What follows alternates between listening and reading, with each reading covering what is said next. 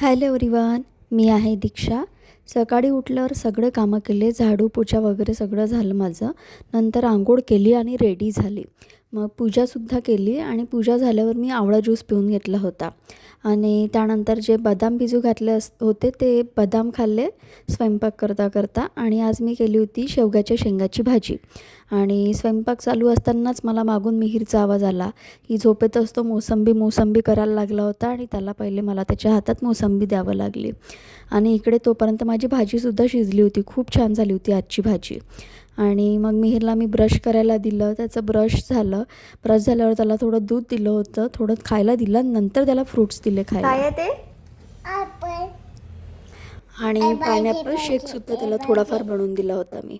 मग संध्याकाळी तो दुपारी झोपेतून उठला की झोपेतून उठल्यानंतर त्याने खूप मस्ती केली त्याची, जे नॉर्मल असते रोजचं. बाबा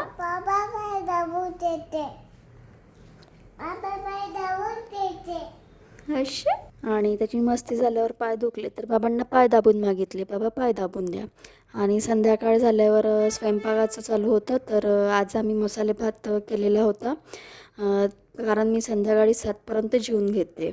आणि मसाले भात चालूच होता तर मिहीरने शुभम करोती म्हणण्यासाठी आसन आणलं. आई आपल्याला शुभम करोती म्हणायचं आहे. मग आम्ही शुभम करोती म्हटलं आणि त्याच्यासाठी मी डोसे बनवून दिले होते. त्याने त्याचे डोसे खाल्लेत आणि त्याचा डोसा खूप एन्जॉय केला.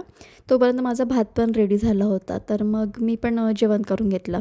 मग संध्याकाळी आम्ही खाली वॉकला आलो आणि मिहीरच्या फ्रेंडसोबत मस्ती केली. मग नंतर आम्ही वॉकसुद्धा केलं आणि घरी आल्यावर मिहीरची पुन्हा अजून मस्ती चालू झाली. आणि आजकाल तो जसं मोठा होतं तसं नवीन काहीतरी शिकायचं पाहत राहते. तो नवीन वेगवेगळं आम्हाला काहीतरी पाहायला भेटते. जर तुम्हाला आमचे व्हिडिओ आवडत असेल तर आमच्या चॅनलला लाईक करा, शेअर करा आणि सबस्क्राईब करा. चला भेटूया उद्या. बाय.